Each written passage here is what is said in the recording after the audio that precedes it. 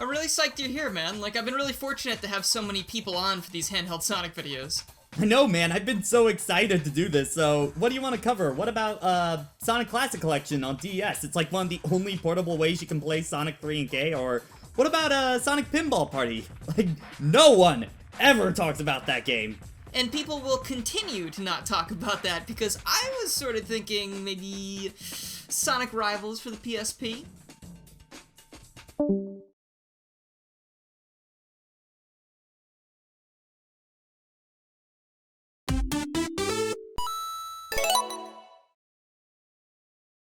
Hello everybody, I'm Garrula64. And I'm WeDoDay3. And there is nothing that I could think of that could rival my disappointment in this game. Ever since I saw Sonic R and how almost good that game was, I've been intrigued by the idea of Sega trying their hand at another on-foot racing game. Just do something like Generations, except you race your friends. Like, boom, that's a game I'd pay for. Maybe I'd buy multiple copies for my friends, because they probably won't buy it on their own. I'd do it. I don't know, maybe I'll talk about my ideal racing game more another time, but the point is, this ain't it, Chief.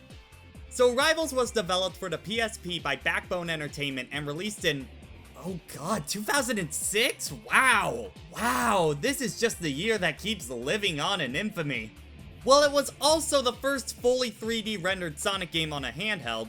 You know, it's got that going for it. Okay, let's just get into the plot. Sonic and Tails fly to investigate the appearance of Onyx Island. Not the one from the Pokemon anime though, where Eggman shows off his newest device, a camera that can turn people and objects into cards. He captures Tails in a card right in front of Sonic. He also captured Amy off screen, but you know, details. But Knuckles makes his entrance and appears to be mad at Eggman for using the device on the Master Emerald, and the two race to fight the Doctor because they can?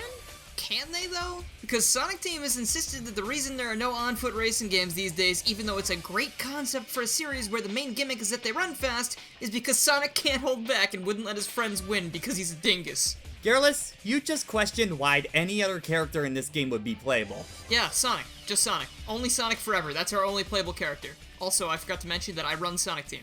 Ah, so now I know where to direct Sonic Twitter to. And also, Silver is here. Remember Silver from Sonic 06? That game that released, 2 days before this one? Well, you shouldn't, because that entire game was retconned, so welcome to Silver's official first appearance in the Sonic canon. Silver here has returned from the future to prevent a disaster, an event that most should recognize as the sole reason Silver appears in any games these days, unless he's around to win some gold medals. But admittedly here it works a little bit better than most of those other moments, because he sort of feels like a time cop. He came back in time to track down some contraband future technology and is prepared to bring Eggman down and protect the timeline before he realizes that the camera's creator, Eggman Nega, who is now Eggman's descendant from the future instead of the Soul Dimension counterpart, even though Rush only came out a year ago, continuity isn't real, would never let this camera out of his sight. So bada bing, bada boom, that's not really Eggman. I don't care, Sonic Team didn't care, Backbone probably didn't care. What is happening? And I just remembered during the recording process that Sonic Rush Adventure makes him from the Soul Dimension again? Well, which is it, Sega? Which one? What are we doing here? And more importantly, why did you call your character that? Why did you name him that? You could have called him literally anything else. Why did you do that? I thought you ran Sonic Team. I got fired for trying to make a good Sonic game. This also confirms that Eggman indeed reproduces. Ugh. Most likely through cell division or something, let's be honest. Okay, I think I can live with that.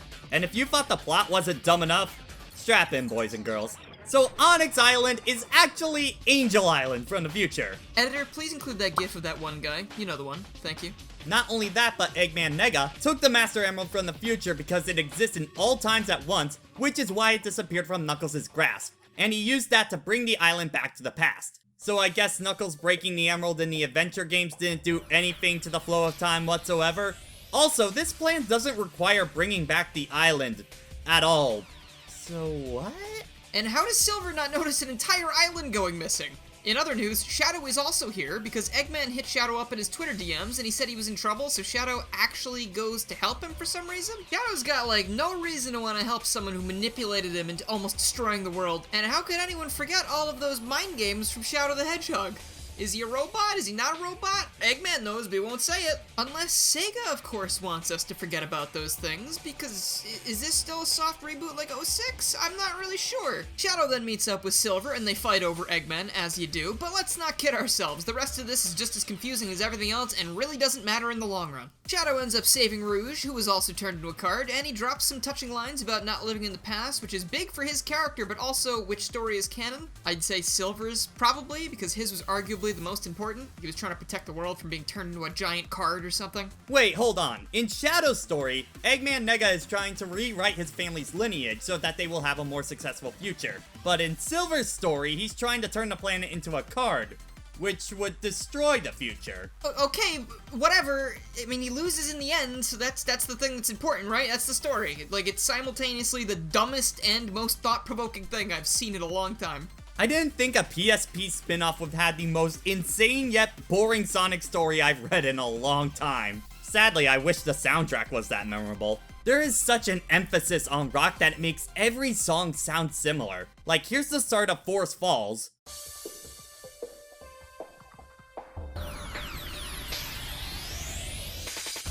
And here's the start of Crystal Mountain.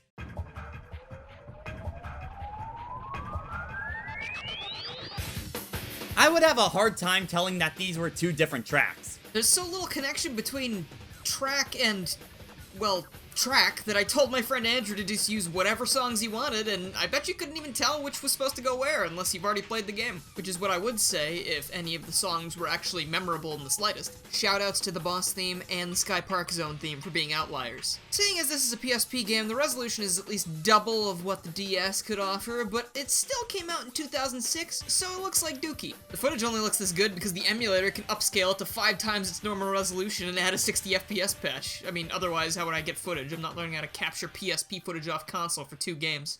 This only really had one negative repercussion out of the entire run though, as I believe the 60 FPS patch broke this section, making it so neither I or Shadow could get past it, but it did help me feel some form of camaraderie with my enemy.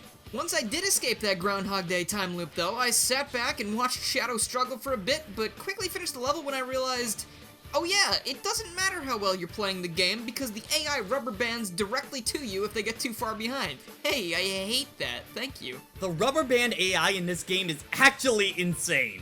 If they're in front of you, they only stay a little ahead so you can catch up no problem. However, the instant you get any kind of lead, it's exactly what Garrulus said. It's so unfair. The game has a difficulty select in normal races, but not in story mode.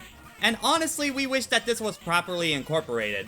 Like, have them beat the course in a certain amount of time for each difficulty, because in this game, being in the lead is an active punishment. I noticed it in Sky Park with this block at the end. You need to push this in order to proceed. This basically means they can catch up to you, homing attack, and win the race based on that one interaction. And if that wasn't annoying enough, this game, like most Sonic games, features a ton of that pesky automation that people have come to dislike. You know, my favorite part of any video game is the part where I get to sit down and do absolutely nothing when I could be platforming, or hell, even throw a QuickTime event in there or something. Not that I like those, but that's still more gameplay than swinging over a lake of lava for a solid 30 plus seconds.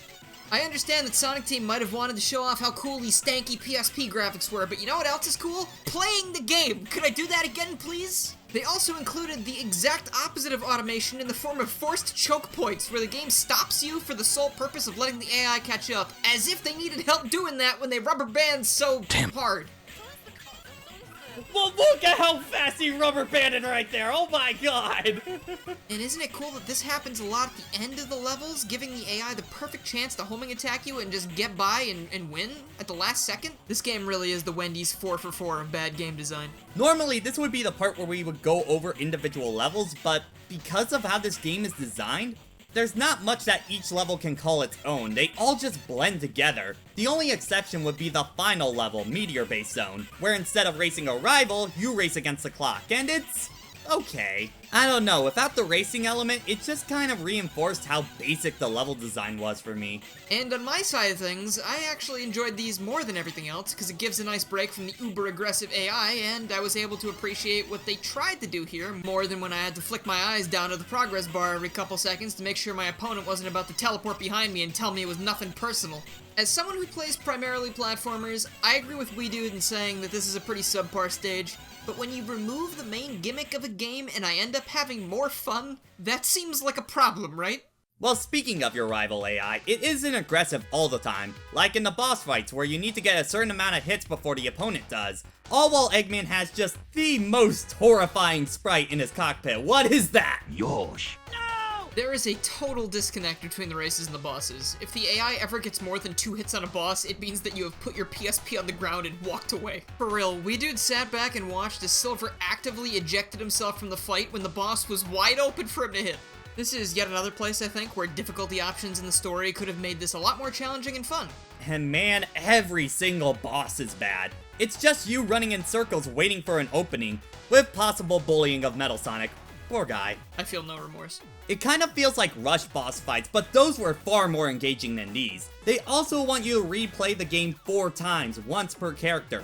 But there isn't a final story or anything. The only thing you unlock is Metal Sonic for multiplayer, which wouldn't be so bad if every character weren't the exact same. The only difference that characters have are the special moves that you get from a power-up. Oh yeah, this game has power-ups. They almost all do the exact same thing, so it's not really worth going into in detail. But Silver can reverse controls, Knuckles can stun an opponent, Shadow can slow down time, and Sonic gets a speed boost, which is the only form of extra speed you can get, because spin dashing and rolling are almost worthless. It's better to do a homing attack in the air to gain speed like it was Sonic 4. Overall, unless you're playing this for the story, which you can easily find online, beating every single campaign is just a waste of time.